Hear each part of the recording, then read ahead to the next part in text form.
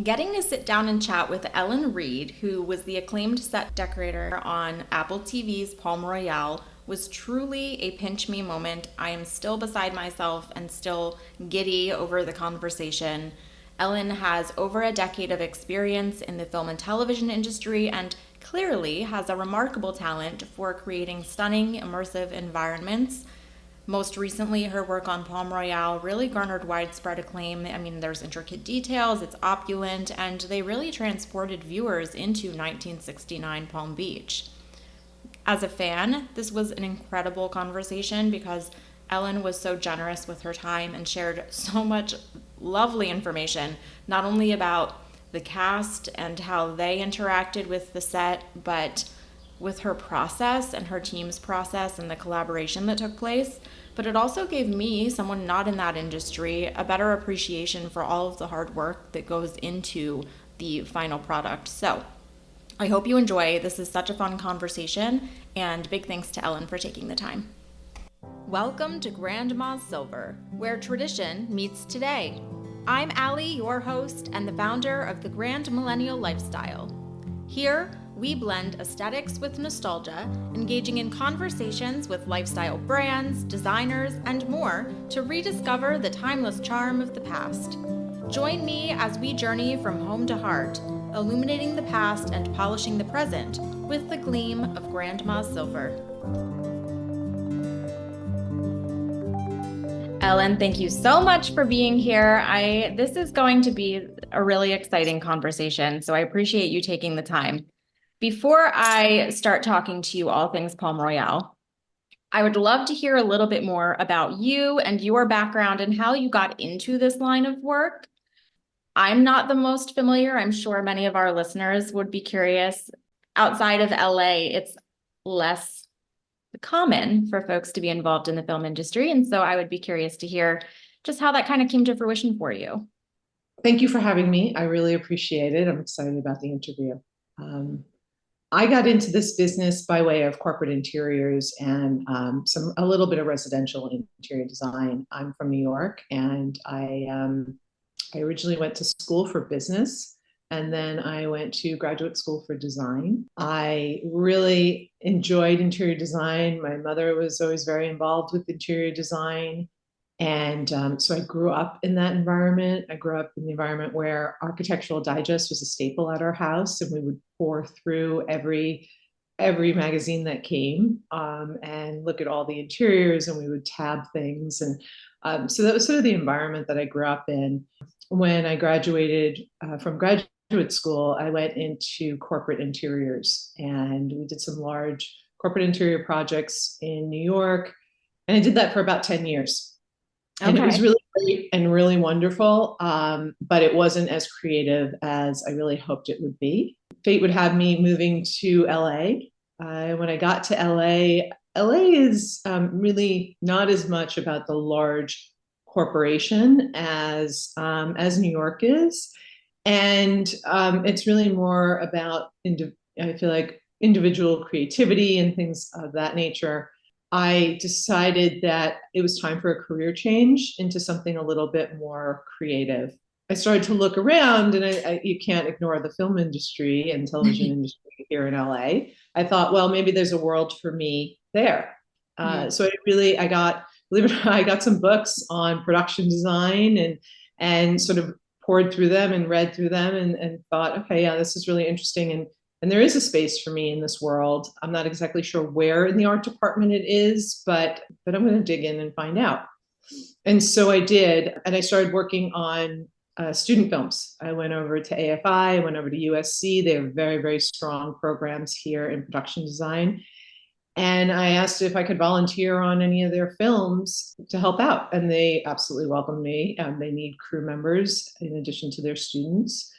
And I started to work on that. And I said, well, I'll lend my interior design skills if you'll teach me more about the film industry.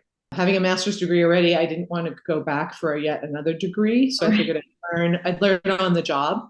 And that's what I did. And from that, I went and I worked in the non-union world and learned my way around the art department in doing a lot of non-union commercials, a lot of small short films, working with some really great up and coming, filmmakers and really doing everything. You sort of do everything in the art department and you figure out what works for you. And I realized that set decoration was the space for me. It utilized, all of the skills that I had. It was just that perfect blend of creativity and also my project management skills that I had from my previous career. And so it really resonated with me. And it was really the perfect fit. And from there, it took me about 6 years to get in the union. It wasn't a quick process. I ended up having to go work as a PA on a union project. It was the only way to meet some people who were actually in the union where I could possibly get on a show where that show would what we call flip, which means it goes from a non-union project to a union project because the budget is large enough. And then you get union days by working on it. And so that's how I got in the union.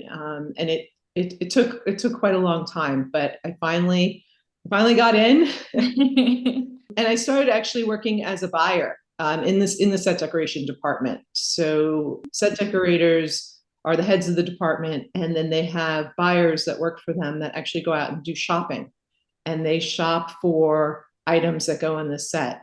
I thought that was a really good place for me to start, so I could learn all the resources in town. I could further learn the business. It was really important to me to understand the business from the ground up and really understand how it works. I have the design skills, but I wanted to fully understand the ins and outs of the department. And so, so I had worked as a buyer for a number of years and kind of went from one show to another, which led me to another show, which ended up leading me to Westworld.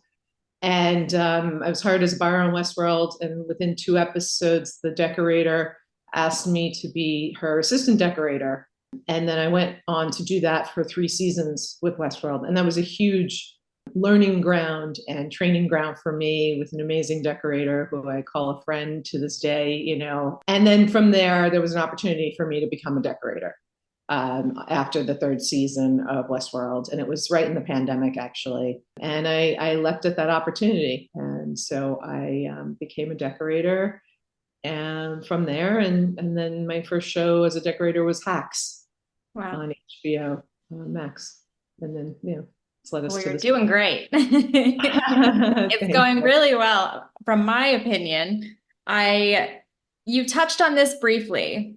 So I want to bring it up because it was one of the questions I had, and I'm sure, again, others may be a bit uncertain about this. So there are so many roles within the behind the scenes of a show. And while some of them don't necessarily make sense to talk about today, as far as the art department and the set design go, particularly with your experience on Palm Royale, what are those relationships? What are those roles and responsibilities? And how did your team collaborate to bring something so wonderful to fruition? So it starts with the production designer of the show, and the production designer is in charge of the overall look of a show or a movie. The production designer collaborates with someone like myself, which is a set decorator, and then also collaborates with picture cars and costumes, wardrobe, a little bit of props, and so really the overall visual look of the show is orchestrated by the production designer. And the production designer on this show on Palm Royale was John Carlos. And John Carlos and I met on Westworld. He was an art director on Westworld, and I was a assistant decorator on Westworld. And we did a number of sets together. When it was an opportunity to become a set decorator, he became the production designer of Hacks. I became the set decorator of Hacks. And we went on to work together. And so in Palm Royale, which is our second collaboration together as production designer and set decorator, we work with a very large team of people. This was a large show. It was a 1-hour episodic show. It's a period show that was made almost entirely in Los Angeles. We have a team of, in his department, he has a team of art directors that work with him. They're set designers that also work with him that actually do the drawings of the set. There's illustrators. We have a graphic designer, art department coordinators and researchers. So there's quite a robust art department. And then set decoration, I have a team of buyers that go out. I had on this one, I had two buyers full time, and then a third buyer that would come in for a portion of the series. Okay. And then I have a lead man who is like a project manager in a way, and is in charge of getting everything to set. So he has an entire team of people who are of set dressers who work with him, and gang bosses who are in charge of overall sets. There's a warehouse manager that manages all of our purchases and the ins and outs of warehouses, manages all the trucks going back and forth, getting everything to the sets and getting them, started to get dressed. And then I come in and work with the set dressers and actually dress the sets. There's also a coordinator who handles all of our finances and all of our budgets. That, for the most part, rounds out our department. It could swell up to, as far as number of people, and depending on how many sets we're doing at the same time and dressing, the department could swell up to probably 30 or more people. Wow.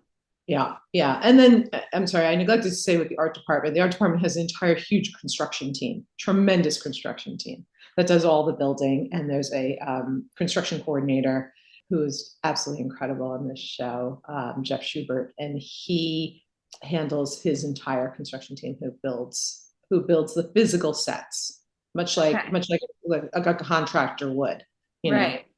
So I would say the production designer is more like an architect, and the set decorator is more like an interior designer, if you want to look at it in a world that's not film or television.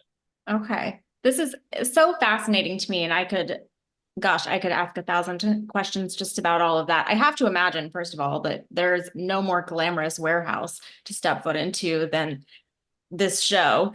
Between the fashion, the design, I mean, it's incredible. The one thing that you just mentioned, that you were, again, not being from this world, I didn't even consider initially, was depending how many sets we're working on at any given time.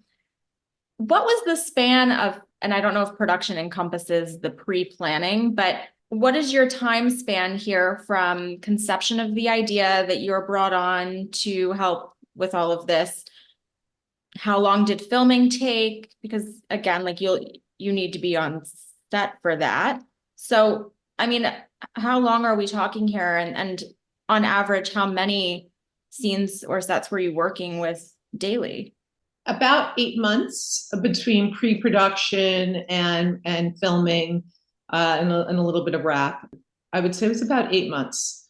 So, and that is to create 10 episodes of television that are 1 hour long, or they ended up editing it down a little bit to about something in the 48-minute range or something like that, but it was shot at about an hour. So we're talking about 10 hours of television in a fairly short period of time. I think it was about 6 months of filming.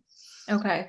And we do that by doing multiple sets a day. It depends. Sometimes it's one set, but a lot of times it is multiple sets a day. And if it's not multiple sets a day, if they're shooting let's say one set, we're prepping another set or another 3 sets to keep ahead of the shooting schedule. So I don't spend a tremendous amount of time on set because I'm constantly dressing sets, creating sets, designing, doing tech scouts, meeting with the production designer, meeting with sometimes the director or the creator, occasionally getting out to shop. So there's, or working on budgets or working on planning and, or working on picking out fabrics or having custom things made. And, so there's a tremendous amount of work that's going on. And usually it's multiple sets. I mean, I'd be working on 3 or 4 sets at a time. Wow. Some are quite large, some are smaller, some are locations. A lot of this was built on the stage at Paramount. Okay. We had some locations as well. We had a mansion in Pasadena that was the exterior, and a small bit of the interior of Norma Delacorte's house. I shouldn't call it a house; it's really a mansion. Mansion. Yeah. And then we built the rest of it on stage. But and then a few smaller locations. And the club, the Palm Royale Club was a variety of locations throughout Los Angeles. So it was, Interesting. Okay. yeah. So the ballroom scenes, the dining room scene, the entry, the inside entry of the club were done at the Wilshire E. Bell, and then the pool was done elsewhere. And then the drive up entrance, the very beginning of the series where they drive up and there's an awning that says Palm Royale that we created and everything, that was done at the Bel Air Bay Club. So, we use a variety of different locations to create Right. an entire club. Well, it was magnificent. It was all pulled together so beautifully. And that is, I think, maybe where we should start and kind of dive into some of this. If I'm not mistaken, I've my own research and reading on the background of this is that a lot of the inspiration stemmed from some Slim Aaron's photography. That's And correct. then you built upon that. Do you want to talk a little bit about that experience? Certainly, certainly. In the very beginning, John meets with the creator, Abe Cilia, and Tate Taylor, the director, and talked about what they want this visual look of the show to be. And they really loved Slim Aaron's. They wanted it to be about beautiful people doing beautiful things in fabulous places. And Slim Aaron's really, really depicted that.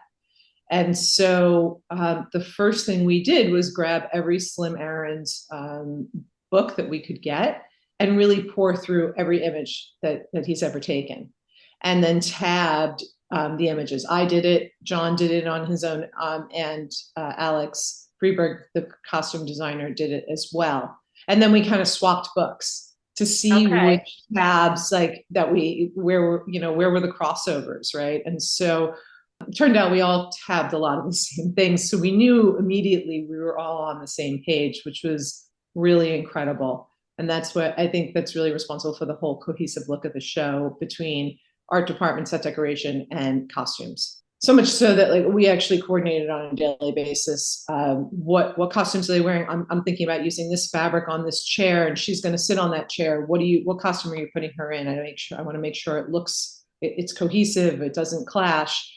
We did it at the pool. We wanted to make sure they weren't in striped bathing suits because I was putting a stripe on the lounge chairs at the pool. And unfortunately, she was putting them in florals. So that was a beautiful mix, and we would do that constantly throughout. Again, a bit of my own ignorance here and a lack of experience in this realm, but how much of the set is planned and then has to be worked around based on what comes first? Are we talking costume first and then set gets who knows when to change what or how things will work together? Well, we work on things at the same time. Okay. Because of the speed of the projects, we have to work at the same time. So these initial meetings really provide that baseline for, okay, what is the look of this show, right? So the look of the show started with Slim Aaron's. It then we started to look into other interior designers of the day. And I did a deep dive into who were the really, really important interior designers of the day, because these women are in Palm Beach and these women have incredible wealth and they would have hired these designers to do their homes.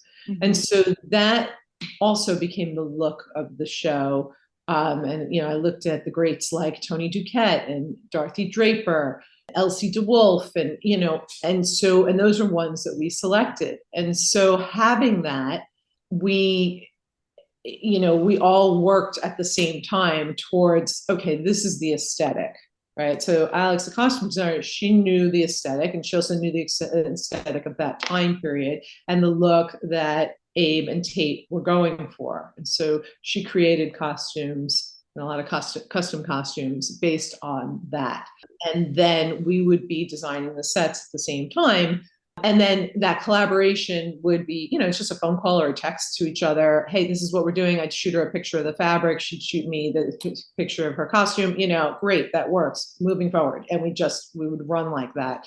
And it became second nature after a while because we were really all very cohesive and very much on the same page and had a similar aesthetic. So it really worked beautifully. Now, the other question I have going off of this is how much, I know, of course, the initial inspiration, where that's stemming from, as you just outlined. At what point do you start to bring in character personalities to the set? Because boy, were there personalities in the show, and it is so fun to see them reflected throughout the show in their own way. Could you talk us through some of those concepts? Yes. That's the real fun part of the job. Oh my gosh, I have to imagine. Yes, is bringing these characters to life physically in interiors, right? In sets and just, you get into the mindset of the character. You read the scripts and you think about the characters and you have conversations with Abe, who's creator, and Tate, who's director, and you want to understand what their characters are like, and then we bring our own imagination to the table, right? Because we're visual storytellers. So I think about homes, right? I think about, okay, well, what would Norma, Carol Burnett's character, what would she have in her home? Knowing her character and the arc of her character, she's pretty dark, and so I had to think about how can I incorporate certain things that, some were maybe little Easter eggs and some were not, but just what someone with her mindset would have, right? And so she, is inhabiting this home, this mansion that with items that she would have traveled around the world, or her, Tony Duquette would have traveled around the world for her, or she would have went with him to select items from around the world. And so it had a very global feel. There were elements I wanted to incorporate about her character, about the darkness of her character, right? And how sharp she is, right? So if you look around the parlor, there's like very sharp objects in her space. There's a lot of spires and spears, and there's an entire gun wall. The gun wall was hysterical. I loved it so much. Yeah, and that was a scripted element. Yeah. Abe, and it was perfect. I mean, it was perfect, obviously, for the story, and it was perfect for her. But in between those guns was a mirror that I found at an estate sale, which you should ask me about that because there's a whole story behind that estate sale that's really fortuitous, and really incredible, beautiful Hollywood story. And this mirror was all shards of glass. So it's like sharp cut shards of glass that made up this mirror, that was perfect for her. I put in a lot of bird cages in her space because, Norma's living in this world of these women who are really peacocks. They're really a bunch of very flamboyant, showy type women. And they all look at me. And all Norma wants to do is trap them all, right? That's what her Rolodex is all about. Her Rolodex is about how can I get some dirt on you so that you do what I want. And I am grand dame of Palm Beach, therefore. So I had these bird cages in there, as a trap for these women who are a bit of peacocks, so to speak. So much so I had these two very large ones in there, and I put inside the bird cages, I put chandeliers, these bright light chandeliers inside the bird cages. I have to go back and look for those. Yes. Yeah, they're in the corners of the parlor. And, and it was just a nod to her trapping these shiny women, right? Yes. The shiny sheet. So it was just and aesthetically, I loved them, and, and it fit. But like in my head, these are the things I think about, which you wouldn't think about. Brilliant, though. It is brilliant. The symbolism is incredible.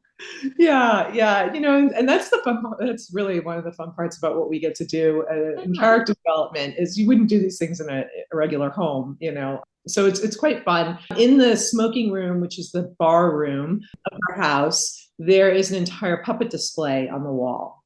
Goodness. Norma is the grand puppeteer of Palm Beach. She's pulling everybody's strings. And so we took Ramayama puppets and different puppets throughout, throughout the world, and we put them on the wall with this puppets display, which really fits in with the space, but again, it tells a little bit of the backstory of Norma. And then with Evelyn, Evelyn was really, Evelyn was a showgirl, right? Mm-hmm. So you don't find that out in the beginning. You don't know for a while. You don't know until I think episode 9 that she was actually a former showgirl. So for us, Evelyn was the ultimate peacock and the ultimate flamboyant bird, And so we decided to incorporate a lot of birds and feathers in her interior, and also Alex did on her wardrobe and colors for her wardrobe. We put in her office. We had paintings that depicted birds.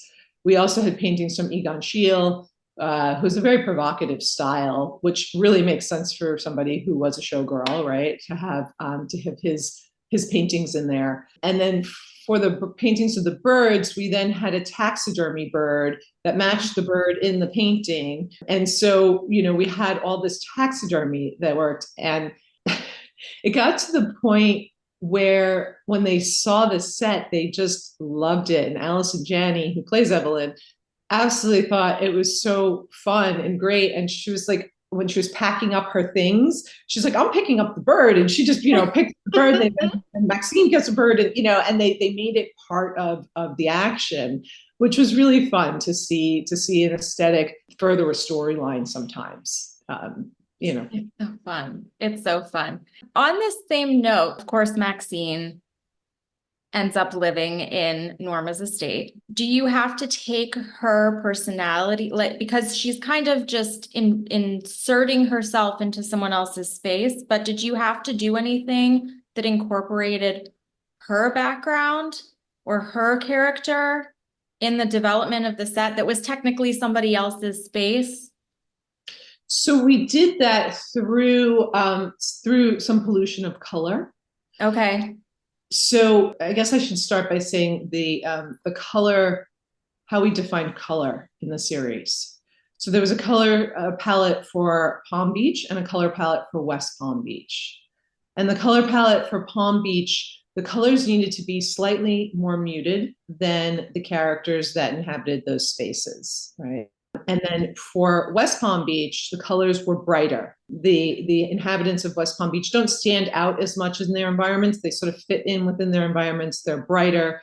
We established those two tenets when we established the look of the show. And so when Maxine inhabits Norma's mansion, the only way she really can inflict her background into that environment was through the florals. So Norma would have a weekly floral delivery, always. I mean, that's what she does. And she would have florals delivered to her place. And then when Maxine moves in, she comes in and the florals become brighter and they are more vibrant and they're more the colors of West Palm Beach. And so that was the way we showed Maxine's sort of involvement in moving into her environment. The same thing happens in the pool house with Ricky Martin's character Robert, living in Norma's pool house. If you look at the colors of the room and most of the furnishings in there, they're muted colors, but then there are these bright pops of orange sofas, which is a West Palm Beach color.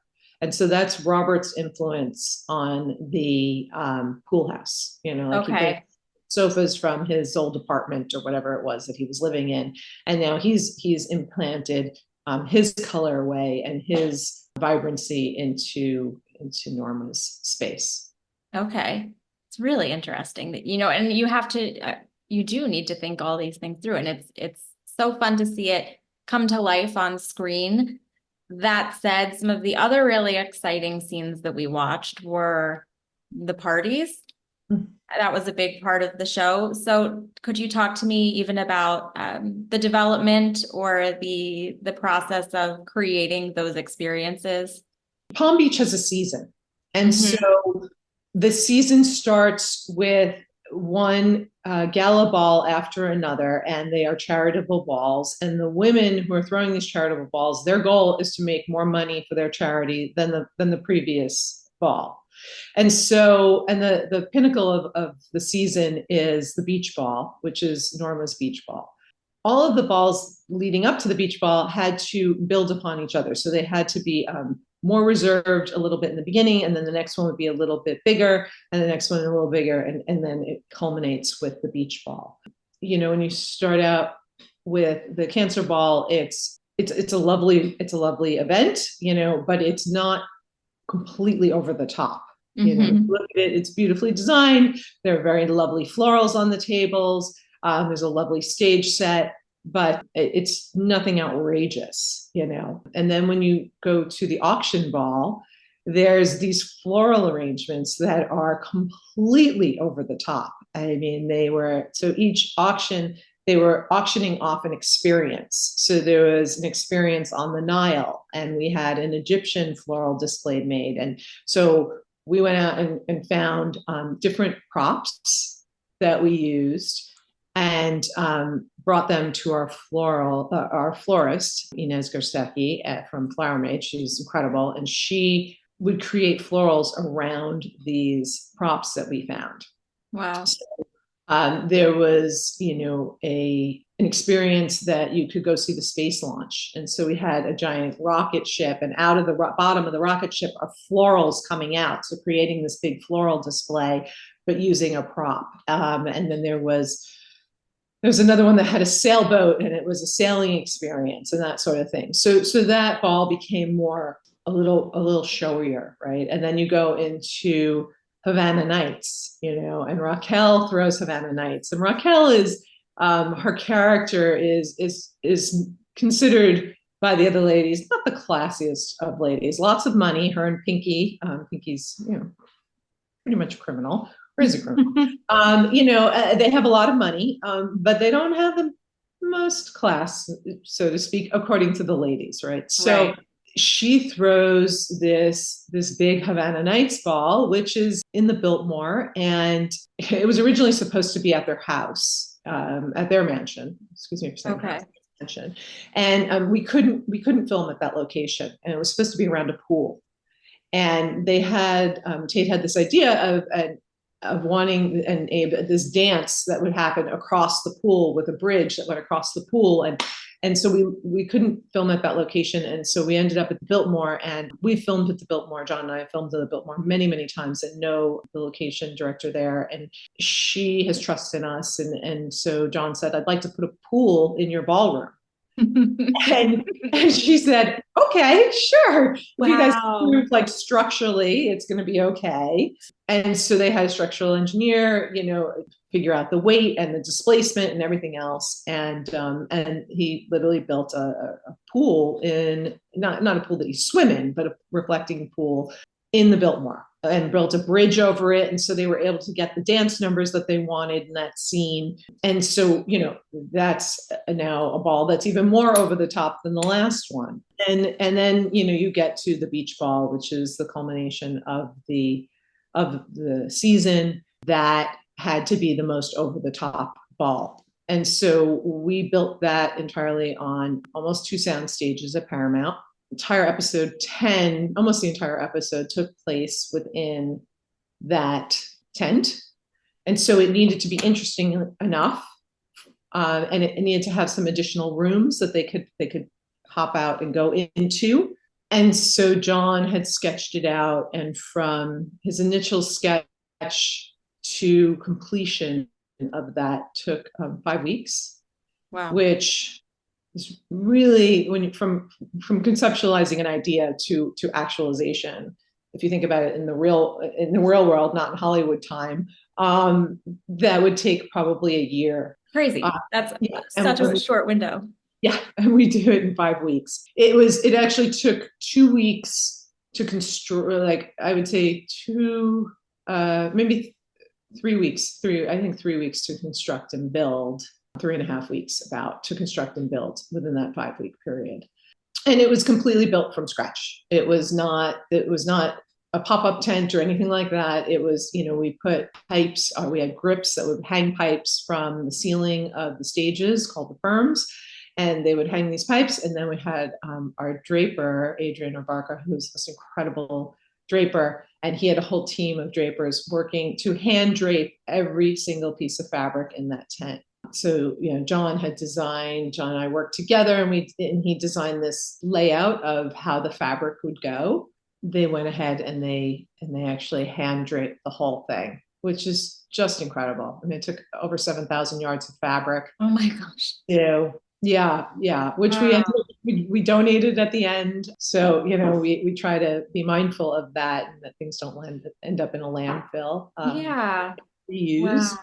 And that tent had a stage with moving stage pieces that would go in and out. The beach ball comes down with Maxine on it, so there's an entire structural component there.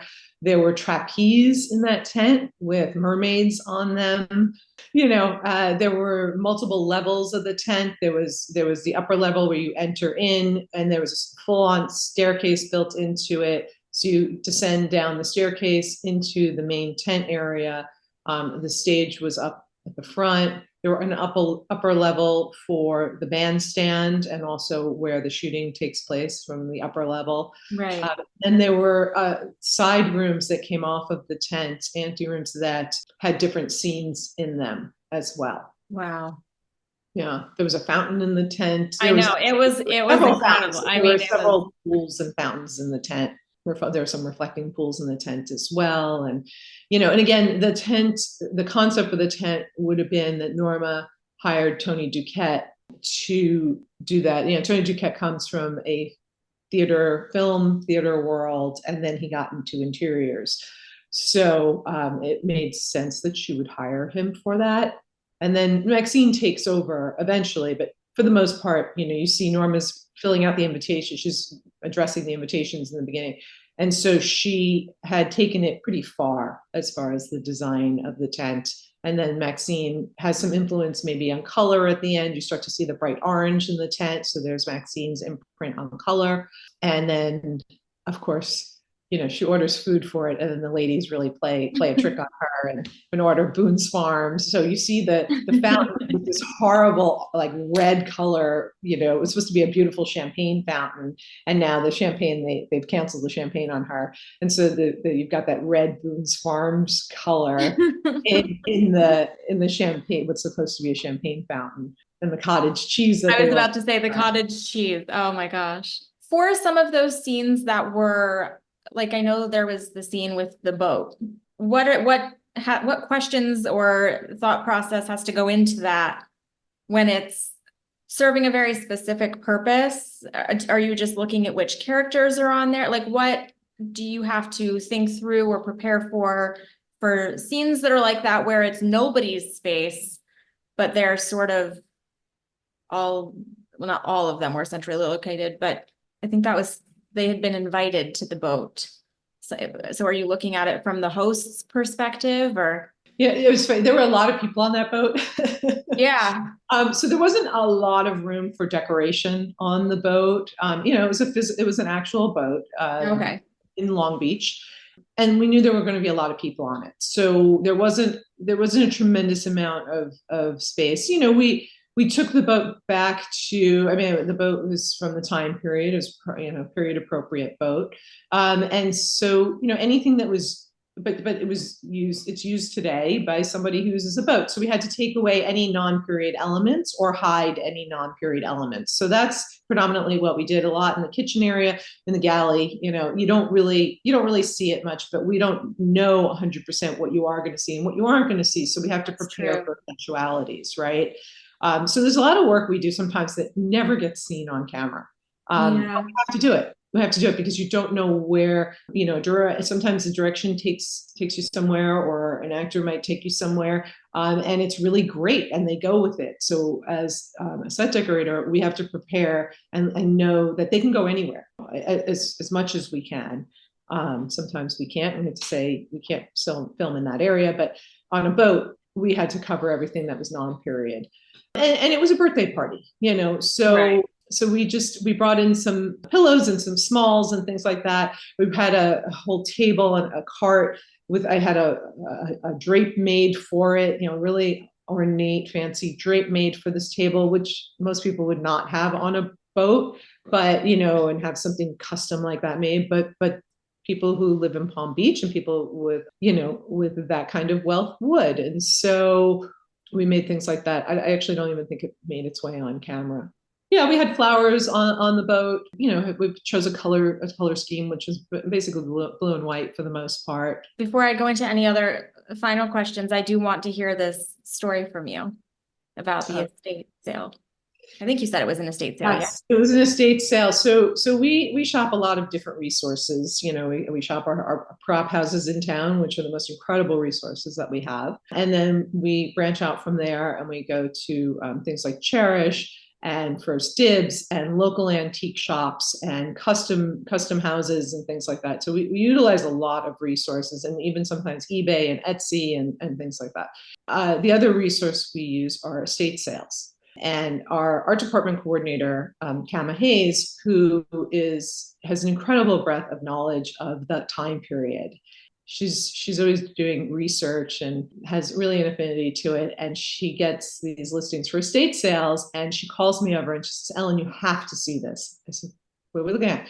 She said, "There's an estate sale. You've got to go to." I looked at it and she showed me, and I said, "Oh my God, it looks like Tony Duquette. Like, this is unbelievable." And so we start to do a little bit of research into who is this, whose estate is this? And it turns out it's a Hollywood screen star. Her name is Yvette Mimieux, and she was very popular in the 50s and 60s.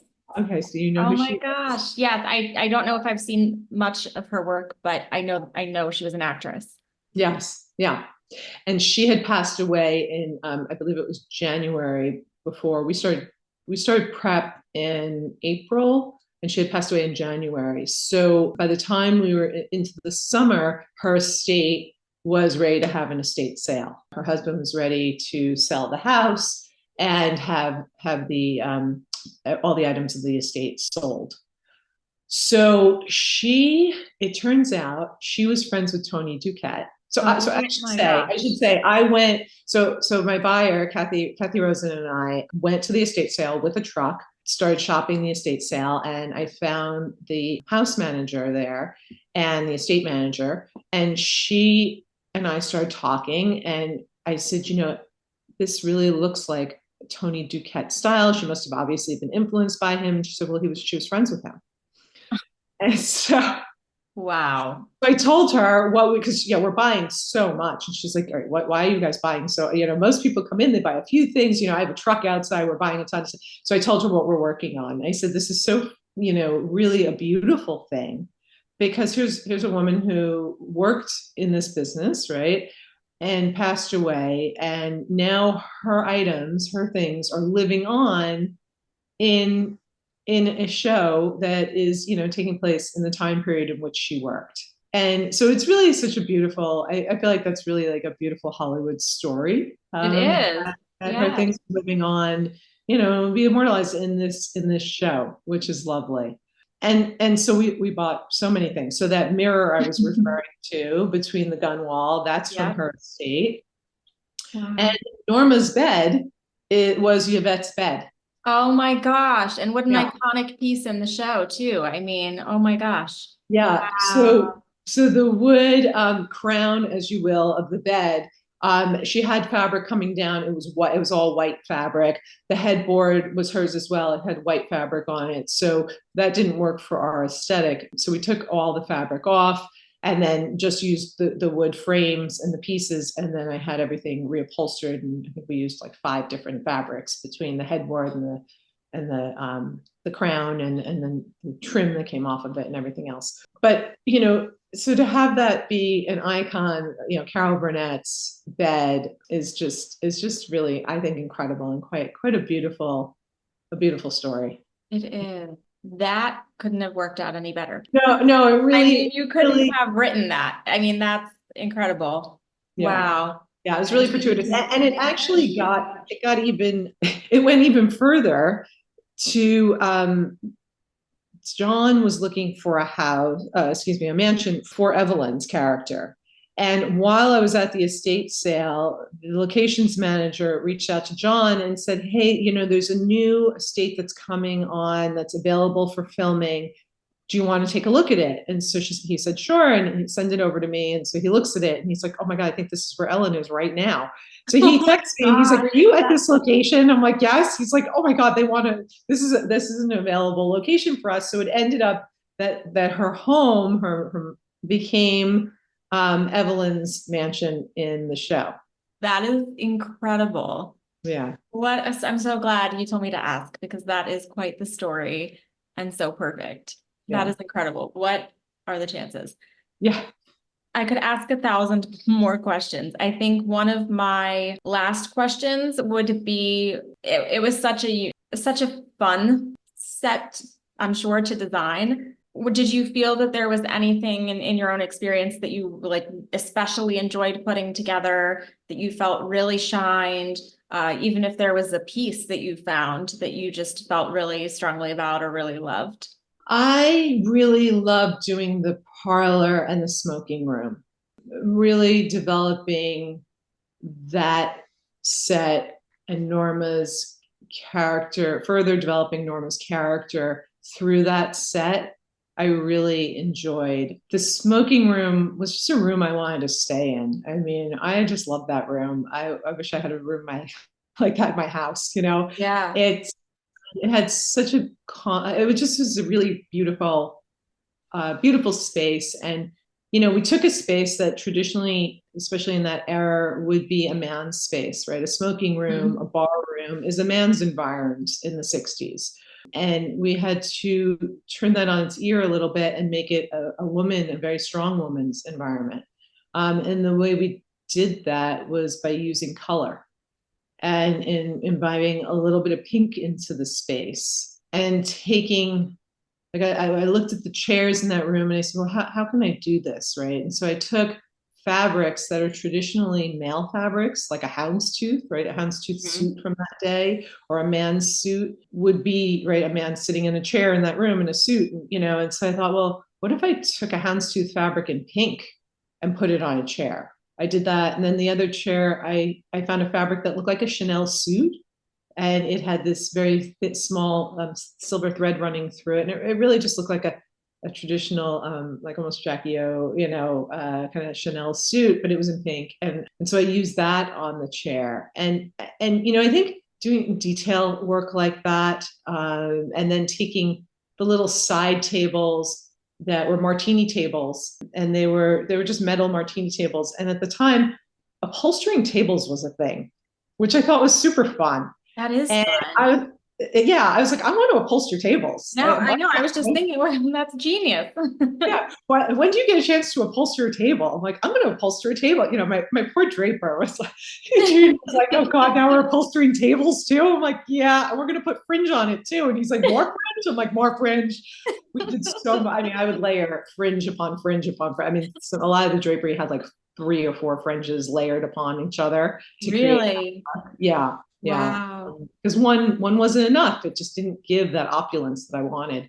But these martini tables, I upholstered them and then I put fringe around them. We had these bar stools that were sort of more of a masculine bar stool, and they were a little rough, but I really liked the vibe of them in there. And I liked the nod to the masculine, but I had these little silk, almost like cupcake toppers of a cushion made for them that had floral silk, and they were embroidered with florals on them. And I had those made and popped them on the stools. And it just made it work so well in that space. And so I think doing the sort of that masculine feminine push pull in that room really was fun for me to do, and really was a nice little challenge in that way. And then all the barware in that room was all vintage barware that we found, and the most incredible sets. And each set was like thought about, would Norma buy this set, and what, because they all, some of them have graphics, they have people on them, they have designs, and so really thought about would she be buying these pieces. And then the chandeliers in all of the spaces were just incredible. They Did I really, read that those were all because you had to create some pieces, but I think I read that all of the chandeliers were true, real chandeliers. they are real antique chandeliers. Some come from a prop house, and many were purchased. Okay. And they are antique chandeliers.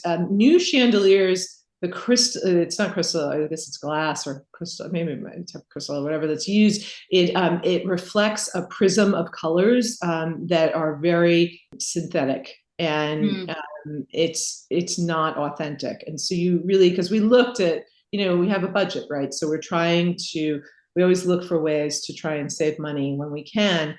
But when you shine a light on those chandeliers, you can tell that they're not authentic and they're not new, and they cast an odd light. And so we had to go with vintage chandeliers. And Kathy, our buyer, found the most incredible vintage chandeliers. They were spectacular. Gorgeous.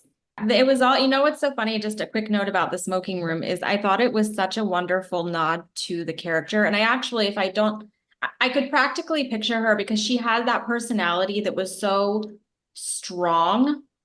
And there was almost a masculine energy to her that you could almost picture her sitting there smoking a cigar. There Mhm. was just that energy to her. And I think I read that Carol Burnett had actually said she had, in all of her experience, which of course is extensive, she's incredible, has an incredible acting career, had never really set foot on such a detailed set before.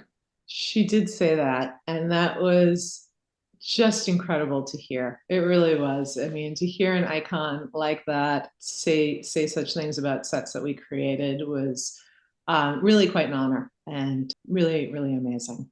Really just incredible. I mean, the actors, all of the actors were really extraordinarily complimentary of the sets, and really appreciated the sets, and let us know, which we really appreciated as well.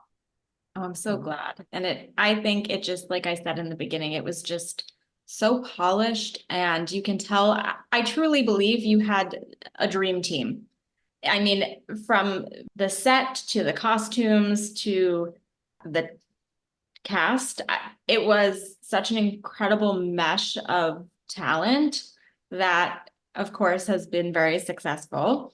And as a viewer, I've enjoyed, I mean, I have just been so, I think I've even told you when I reached out to you. I mean, it's just incredible. I've studied, I've looked at it and just been like, this is put together in such a beautiful way. So as a viewer, thank you. We have the most incredible team. I mean, literally every single person from our teams, whether they were construction or set dressers, or I mean, every single person put their 100% all into it. And there's so many people behind the scenes that never really get spoken about, or never are seen, and they really put their all into it, and it shows because you can have great ideas, and you can have great, but if you don't have great execution, you will see that. And we had incredible execution, and that is really a testament to all of our talented people that worked on our teams, and putting it together. Well, thank you for sharing it with all of us. And I really appreciate you taking the time today. I believe I saw that you've been renewed. So I will, we might need to bring you back for round two because I'm sure that will be lots of fun. But I will make sure to go ahead and share your website and your social links with folks so that they can connect with you and see all of your work, because while Palm Royale is, of course, the most recent project that we've gotten to see, you have all sorts of fun under your belt. So I'll make sure people have all of your links. And I just thank you so, so much for taking the time to chat with me today. Thank you. I really appreciate it.